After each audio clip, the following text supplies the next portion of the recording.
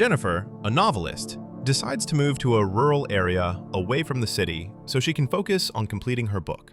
Her first stop is at a store, where she meets Earl, the owner of the cabin she has rented. Earl hands her the key and explains the directions to reach the cabin. On her way there, Jennifer halts at a gas station to refuel.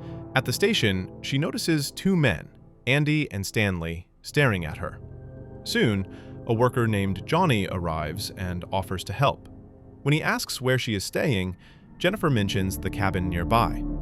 After paying him, she accidentally kicks a bucket, spilling water onto Johnny's pants.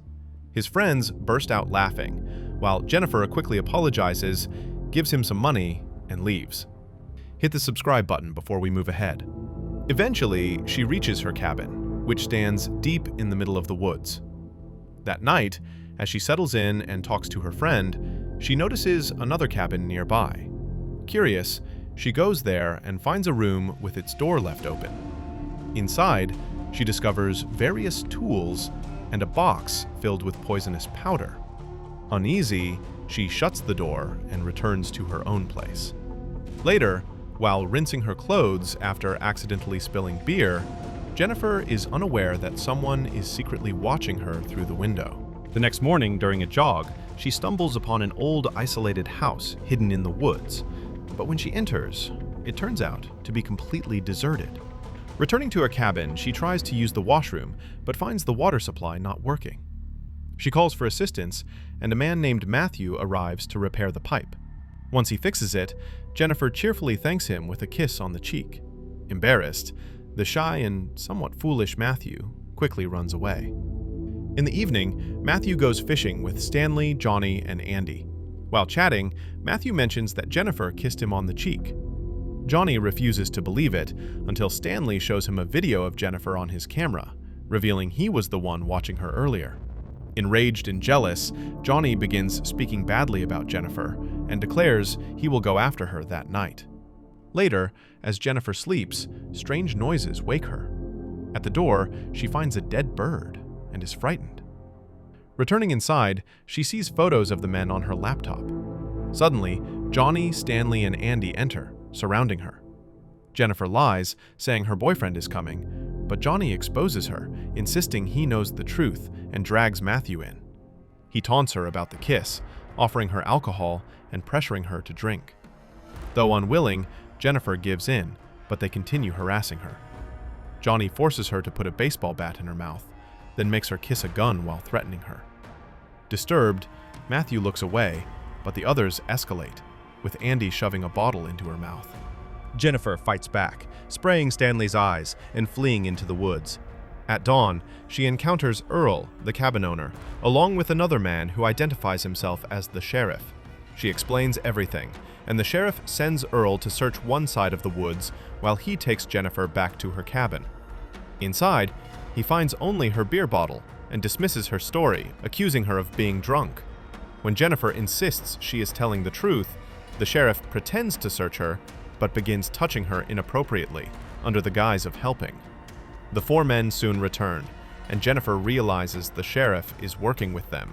He begins abusing her, and warns that something terrible is about to happen. Johnny forces Matthew into the situation, pressing him to prove himself. Despite Jennifer's screams and pain, the men take turns assaulting her.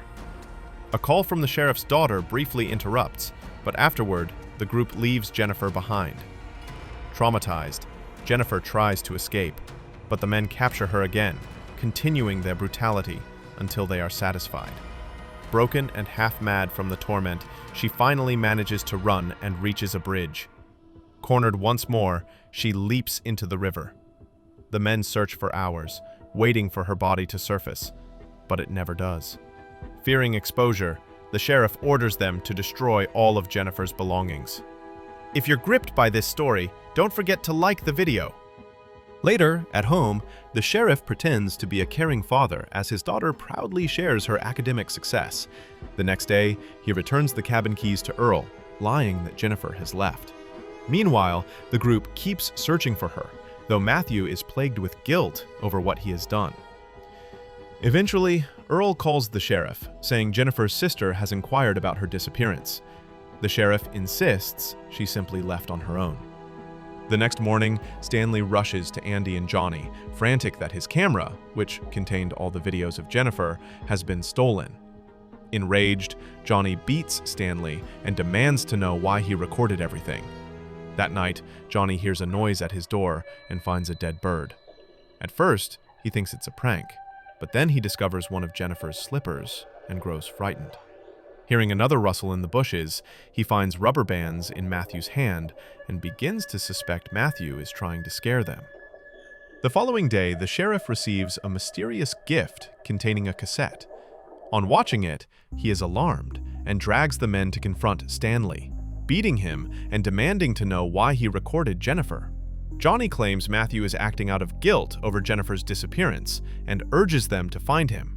The sheriff then goes to Earl and kills him because he had begun to suspect the sheriff. Matthew, guilt-ridden, sits outside Jennifer's cabin and then hears her voice.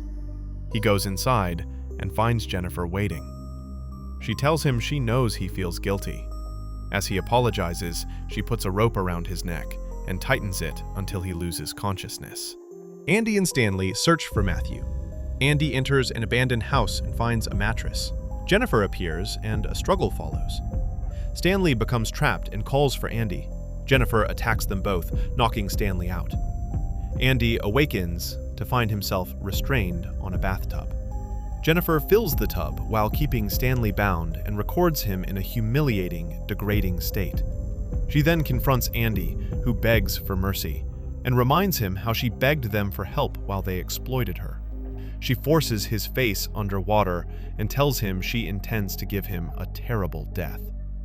Then, she incapacitates Stanley and Andy, first blinding and incapacitating Stanley and then poisoning Andy, leaving both men dead. After that, she goes to the gas station, captures Johnny, and subjects him to brutal violence. He dies as a result. Meanwhile, the sheriff receives a call. A woman, posing as a teacher, has come to pick up his daughter, Angel. That woman is Jennifer. When the sheriff realizes what's happening, he rushes to the playground and is ambushed by Jennifer. She captures him and forces him to confront what he and his friends did. Tying the sheriff and a semi-conscious Matthew to a shotgun rigged so it will fire if moved, Jennifer warns them that when Matthew awakens, the device will trigger. Matthew stirs, the rig discharges, and both men are killed. In the end, Jennifer feels vindicated, having carried out her final, terrible retribution. Thank you for watching, and make sure to subscribe to the channel so you never miss out on more stories like this.